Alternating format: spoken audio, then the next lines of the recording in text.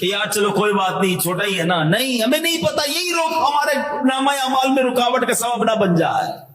تو اے میرے پیارے اسلامی بھائیوں, اللہ تعالیٰ کی رحمت سے نا امید بھی نہیں ہونا ہے اور اللہ کے غضب سے بے خوف بھی نہیں ہونا ہے. اے میرے پیارے اسلامی بھائیوں, ہمیں اپنے دل کو صاف, یہ تمام باتیں پتہ کیسے ہوں گی؟ جب دل میں خوف خدا ہوگا, جب دل میں انسان کو رب سے محبت ہوگی اور رب کی نافرمانی کا رنج ہوگا.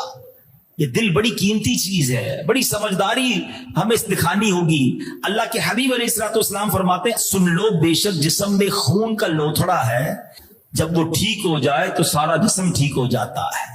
وَإِذَا فَسَدَتْ فَسَدَ الْجَسَدُ, اگر وہ خون کا لوتھڑا خراب ہو جائے تو سارا جسم خراب ہو جاتا ہے.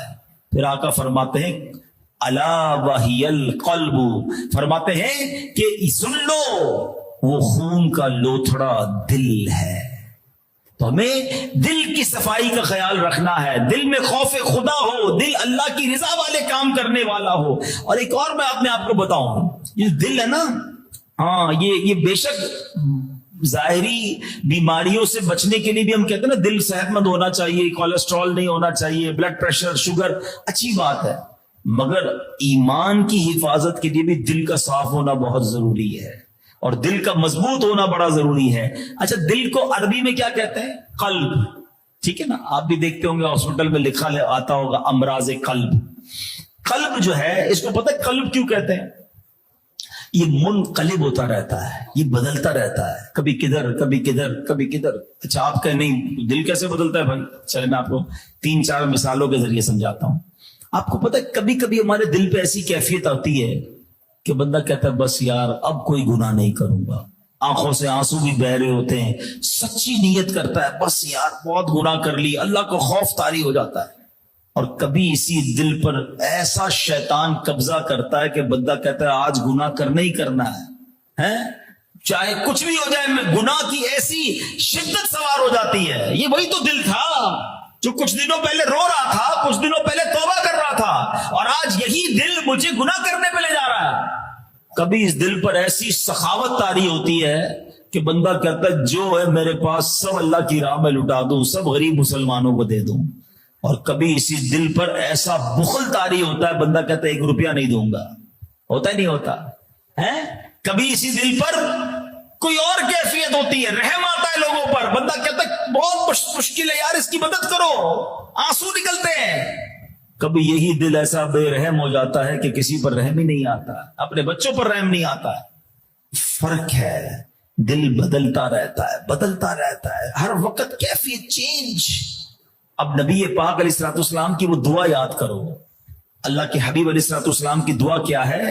یا مقلب القلوب, اے دلوں کو پھیرنے والے, دل پھرتا رہتا ہے نا, یا مقلب القلوب ثبت قلبی علی دینک, اے دلوں کو پھیرنے والے میرے دل کو اپنے دین پر ثابت قدمی عطا فرما. ہاں, ہم بعض اوقات بہت ساری چیزوں کا خیال رکھتے ہیں مگر روزی کی چیکنگ نہیں کرتے. حلال کھانا جو ہے نا یہ بڑی کمال کی چیز ہے, یہ دل کو نورانی کر دے گا, یہ دل نرم کر دے گا, دل صاف کر دے گا. ہم جناب نمازیں پڑھیں اور حرام کمائیں, اپنے بچوں کو حرام کے نوالے کھلائیں, خود حرام کھائیں, پھر دل صاف نہیں ہونا, پھر دل سخت ہو جاتا ہے, پھر دل بدل جاتا ہے. ہم سب کی ایک تمنا بھی ہے نا کہ ہماری دعائیں قبول ہوں, ہم سب چاہتے ہیں کہ مستجاب الدعوات بن جائیں.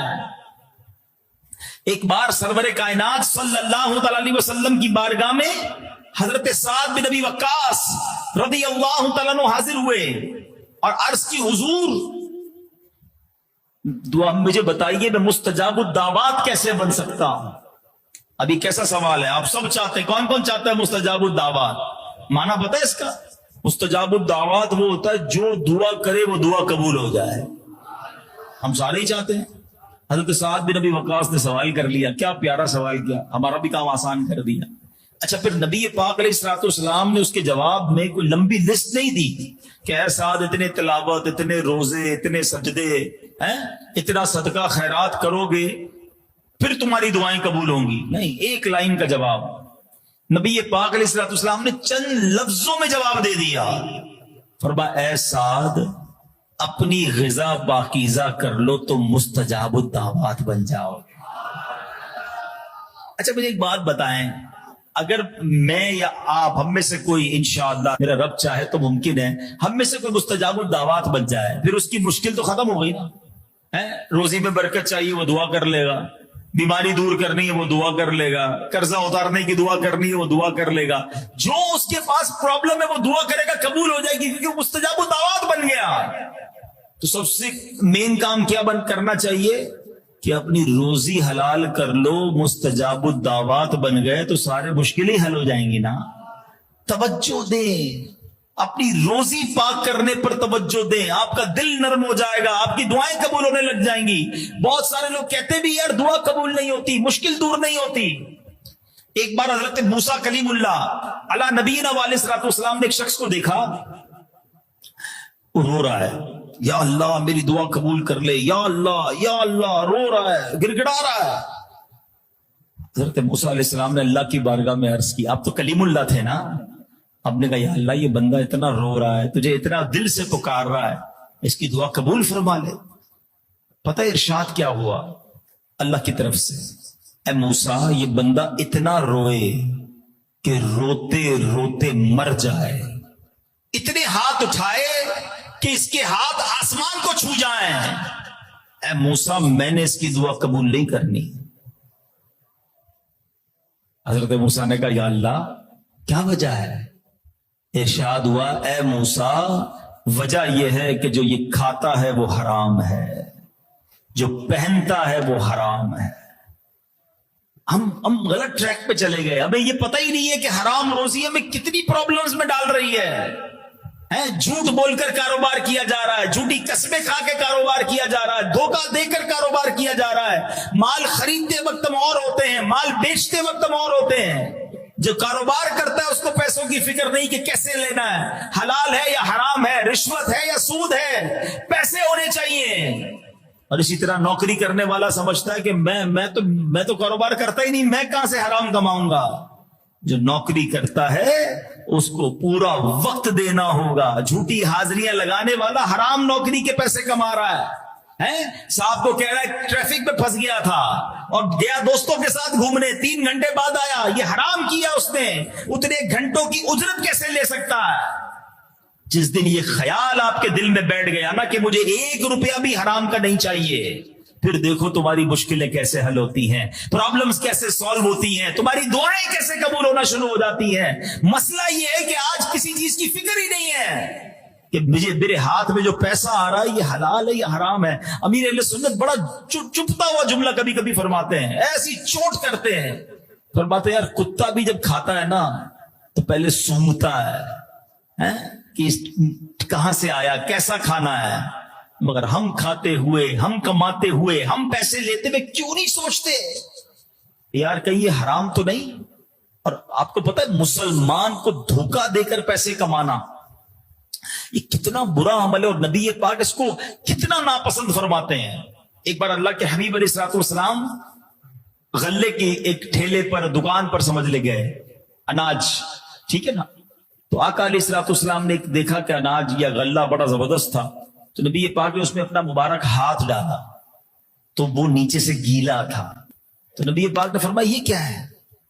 کہ حضور بارش ہوئی تھی تو اس لیے گیلا ہو گیا. نبی پاک علیہ الصلوۃ والسلام نے بڑا پیارا جواب دیا, فرمایا اس کو اوپر کیوں نہیں رکھا؟ گیلے کو اوپر رکھتے نا تاکہ گاہک کو پتہ چل جاتا کہ اندر سے گیلا ہے, یہ گیلے کو چھپا دیا, اوپر سوکھا رکھ دیا. اور پھر نبی پاک نے بڑا ہی یوں سمجھے جملہ, عبرت ناک جملہ فرما دیا. حدیث کے الفاظ ہیں من غش فلیس منی, جو دھوکہ دے وہ ہم میں سے نہیں. اب جس کو نبی پاک یہ فرما دے وہ مجھ سے نہیں. اب قیامت کے دن جھوٹ بول کر کام کرنے والا, قسمیں کر کے مال بیچنے والا, دھوکہ دینے والا جب جائے اور نبی پاک فرمائے من غش فلیس منی, تم تو ہم میں سے ہو ہی نہیں, تم تو دھوکے دینے والے تھے, اس وقت کیا کرو گے؟ شفاعت کس سے لو گے؟ دامن کس کا تھامو گے؟ جنت میں کس کے ساتھ جاؤ گے؟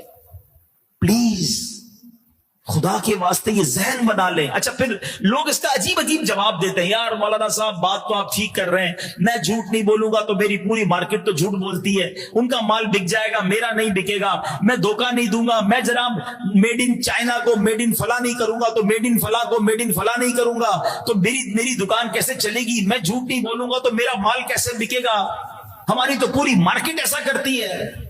تو پھر تمہارا ایمان کدھر گیا, اللہ پر بھروسہ کدھر گیا؟ بس سچائی ہونی چاہیے, امانت داری ہونی چاہیے. انشاءاللہ قیامت کے دن انبیاء, صدیقین اور شہداء کا ساتھ ہوگا. حضرت جابر رضی اللہ تعالیٰ عنہ سے روایت ہے, اللہ پاک کے آخری نبی رسول ہاشمی صلی اللہ تعالیٰ علیہ وسلم نے فرمایا, رحم اللہ رجلا سمحا اذا باع واذا اشترى واذا اقتضى. اللہ کے حبیب فرماتے ہیں اللہ پاک اس شخص پر رحمتیں کرے جو نرم ہو جب بیچے اور خریدے اور جب تقاضا کرے. سبحان اللہ. اب بیچنے میں نرمی کیا ہے کہ گاہک کو کم یا خراب چیز بیچنے کی کوشش نہ کرے کہ جناب جو بھی ہے اس کو ٹکا دو, جتنا بھی اس کو بتاؤ اللہ کی قسم بڑی اچھی پروڈکٹ ہے, بے شک تو گھر جا کے رو رہا ہو. نہیں, نرمی یہ ہے کہ جناب چیز میں خامی ہے اسے بتا دیں کہ اس میں یہ پرابلم ہے, اس کا رنگ کچا ہے, اس کی پروڈکٹ پر جناب اتنی اچھی نہیں ہے, پھر بھی آپ کو لینی ہے تو آپ لے لیں. تو یہ نرمی ہے. آقا فرماتے ہیں خریدنے میں نرمی یہ ہے کہ قیمت کھری ادا کرے, ٹائم پر پیمنٹ کرے. بعض اوقات کیا ہوتا ہے, عجب معاملہ ہے, اپنا مال بیچنا ہے, خوب تعریف ہے, سبحان اللہ ماشاء اللہ. آپ کو پتا ہے اپنا مال بیچتے وقت ذکر اللہ کرنا بھی منع ہے. اللہ کا ذکر تو اللہ کا ذکر ہے نا, لیکن تھان کھولتے وقت سبحان اللہ ماشاء اللہ بہت زبردست مال ہے, سبحان اللہ. ابھی ذکر کا ٹائم نہیں ہے. اپنے مال کی بیجا تعریف نہ کرے اور دوسرے کا مال خریدے تو اس کی بیجا برائی نہ کرے. جب کسی کا مال خریدے ہوں گے, ارے تو گھٹیا ہے, 2 نمبر کا ہے, اس کا تو کسی کوئی چیز اچھی نہیں ہے. یار آپ کو خریدنا, خاموشی سے خرید لو نا, اس کے مال کی برائی کیوں بیان کر رہے ہو؟ تو فرمایا جب خریدے تو اس کی برائی نہ کرے, کھری قیمت دے, ٹائم پر پیمنٹ کرے. اور پھر فرمایا تقاضے میں نرمی کیا ہے, فرمایا جب کسی کا قرض ہو تو نرمی سے مانگے, اگر کوئی مجبور ہے تو اسے تھوڑی اور مہلت دے دے, اس پر تنگی نہ کرے. جس میں یہ 3 صفتیں جمع ہو جائے وہ اللہ کا مقبول بندہ ہے. اے میرے پیارے اسلامی بھائیوں, ایک اور بڑی پیاری بات امام غزالی احیاء العلوم میں فرماتے ہیں. ہاں یہ تاجروں کے لیے واقعی بڑی کمال کی بات ہے. میں جب یہ بیان تیار کر رہا تھا میں نے کہا واقعی کمال ہے جو تاجر امانت دار ہے, کہ فرمایا تجارت میں راہ حق پر چلنا مستقل مزاجی سے نفل عبادت کرنے سے زیادہ مشکل ہے. یعنی کوئی تہجد گزار ہے نا, کوئی اشراق چاش پڑھنے والا ہے, نفل نماز پابندی سے پڑھتا ہے, کتنا مزہ آتا ہے اس کے بارے میں سن کر.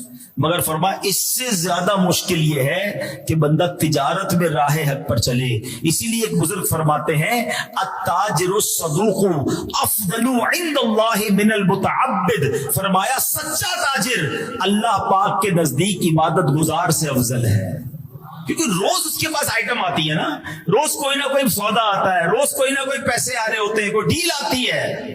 اب اس کو چیک کرنا ہے کہ حلال ہے یا حرام ہے. تو یہاں میں تمام میرے تاجر اسلامی بھائیوں سے, میرے وہ اسلامی بھائی جو جاب کرتے ہیں, جو خرید و فروخت کرتے ہیں. اچھا بعض اوقات ہم فروخت کرنے والے کوئی برا بھلا کہہ رہے ہوتے ہیں, یار یہ دھوکہ دیتے ہیں, یہ جھوٹی قسمیں کھاتے ہیں. خریدار بھی گڑبڑ کرتا ہے نا, خریدار بھی جھوٹی باتیں کر کے خرید دیتا ہے. میں پچھلی دکان پہ گیا تھا, وہاں تو اتنے کا مل رہا ہے, آپ مہنگا دے رہے ہیں, کیوں جھوٹ بول رہے ہو بھائی؟ اس کا دھیان ادھر ادھر ہوا, آپ نے تھوڑی سی آئٹم اپنی تھیلی میں ڈال دی, غلط, حرام. تو خرید اور فروخت دونوں کو بچنا ہے, دونوں کو حلال طریقے سے کام کرنا ہے. تو یہاں میں آخر میں, بیان کے آخر میں دیکھیں دعوت اسلامی کا کمال بتاتا ہوں. دعوت اسلامی والے صرف پرابلم نہیں بتاتے, دعوت اسلامی والے پرابلم بتاتے ہیں, بیماری بتاتے ہیں, پھر ساتھ علاج بھی بتاتے ہیں. تو آج آپ کو یہ بتایا نا کہ ہمیں خرید و فروخت میں, اپنا مال کمانے میں ہمیں حلال کا خیال رکھنا ہے, حرام کے قریب نہیں جانا. یہ پیسہ آ تو جاتا ہے, پھر بیماریوں میں, ڈکیتیوں میں, مصیبتوں میں چلا جاتا ہے, چلا بھی جاتا ہے, اور آخرت کا وبال الگ باقی ہے. تو فقط حلال کما. پہلے تو نیت کر لو, آج میں بھی کر لوں, آپ بھی کر لیں, 1 روپیہ بھی حرام نہیں کمائیں گے انشاءاللہ. آج کے بعد حرام روزی کے قریب بھی نہیں جائیں گے. اچھا نیت تو ہو گئی، کیونکہ روزی حلال ہو گئی تو دعائیں قبول ہونا شروع ہو جائیں گی، انشاءاللہ دل صاف ہونا شروع ہو جائے گا، اللہ کے قریب ہونا شروع ہو جائیں گے۔ لیکن اب پرابلم پتہ ہے کیا ہے؟ یہ خرید و فروخت کاروبار کے مسائل جو ہے نا یہ آسان نہیں ہے۔ بندہ کہتا ہے یار ابو بھی یہی کرتے تھے، میں بھی وہی کرتا ہوں، جائز ہی ہے، حلال ہے۔ نہیں، میں اور آپ مفتی نہیں ہیں، تو میں آپ کو ایک مشورہ دیتا ہوں، ایک بار کسی مفتی صاحب سے ملیں، صحیح العقیدہ عاشق رسول مفتی سے ملیں اور ان کو اپنی روزی کا طریقہ بتا دیں کہ میں نوکری کرتا ہوں، صبح اتنے بجے جاتا ہوں، شام اتنے بجے آتا ہوں، چھٹی یہ کرتا ہوں، صاحب جب مجھے اجازت دیتا ہے تو میں باہر جاتا ہوں، جو بھی آپ کا طریقہ ہے نوکری کا وہ بتائیں کہ میری روزی حلال ہے، وہ کہ آپ کی روزی حلال ہے، سبحان اللہ، سجدہ شکر ادا کر لینا۔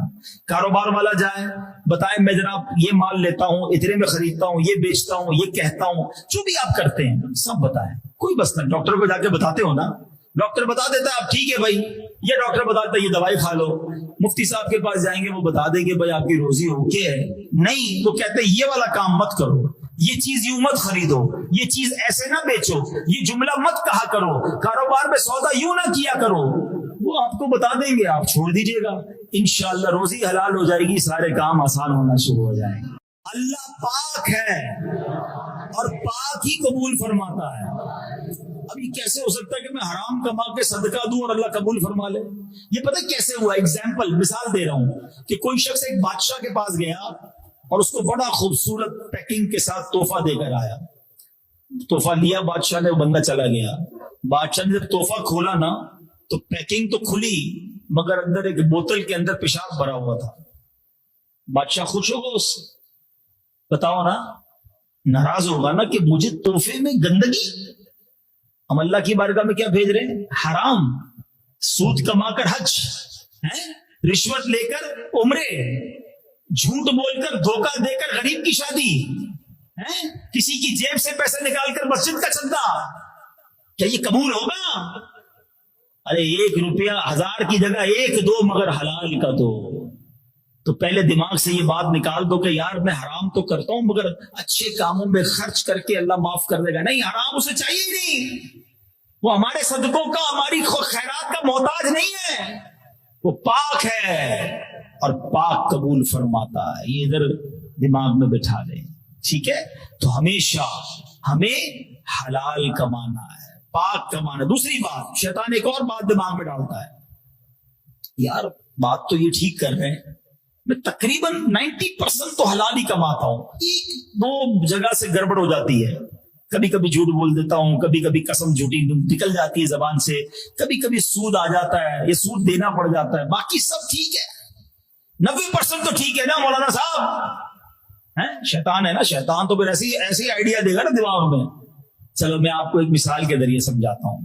آپ کے پاس ایک جگ، گھر میں آپ جائیں اور ایک ماشاءاللہ گھر والوں نے آپ کے ٹھنڈا میٹھا دودھ کا جگ تیار رکھا ہو، کیا گھر والے آپ اجتماع سے آئے تو انشاءاللہ ان کو یہ دودھ پلائیں گے، اور ادھر سے جناب کوئی اوپر سوراخ ہو چھت میں اور گٹر کے پانی کے 2 قطرے آپ کے دودھ میں گر جائیں، اس جگ کے اندر پیشاب کے 2 قطرے گر جائیں یا خون کے 2 قطرے گر جائیں، کیا کرو گے؟ گلاس بھر کے دودھ پیو گے؟ یار 2 ہی تو قطرے ہیں، باقی تو پورا جگ ٹھیک ہے نا، 2 ہی قطرے تو گندگی کے تھے، باقی تو ٹھنڈا میٹھا پاک دودھ تھا۔ تو آپ کیا کہیں گے؟ حضرت ان 2 قطروں نے اس پورے دودھ کو ناپاک کر دیا ہے۔ بات سمجھ آ رہی ہے؟ جس طرح تمہارے یہ 2 قطرے گندگی کے پورے جگ کو ناپاک کر دیتے ہیں نا، اسی طرح یہ تھوڑی سی بھی جو حرام روزی ہے نا، یہ ہماری حلال میں مل کر ہماری پوری حلال کی نورانیت برباد کر دیتی ہے۔ آج نیت کر لو، بس ایک سوراخ سے بھی حرام نہیں آنے دوں گا، ایک سوراخ سے بھی داخل نہیں ہونے دوں گا، خود بھی حرام نہیں کماؤں گا، اپنے بچوں کو بھی نہیں کمانے دوں گا۔ پھر دیکھو اللہ برکت کیسی ڈالتا ہے یار۔ آپ خود سوچو نا، جو حرام کما رہا ہے وہ کہتا ہے میں میرے بچوں کو بھی کھلا رہا ہوں، مزے کر رہا ہوں۔ ارے ابھی تم حرام کما رہے ہو تو تمہیں مزے لگ رہے ہیں، جس دن حرام چھوڑو گے تمہیں حقیقی لطف ملنا شروع ہو جائے گا، تمہیں انشاءاللہ تمہارے دل پہ نور کی بارش ہونا شروع ہو جائے گی۔ ہمت کرنی پڑتی ہے۔ ہاں ایک بات یاد رکھنا، بعض اوقات جو حرام کما رہے ہوتے ہیں نا، بعض اوقات رشوت پر جھوٹ پر سارا سسٹم چل رہا ہوتا ہے،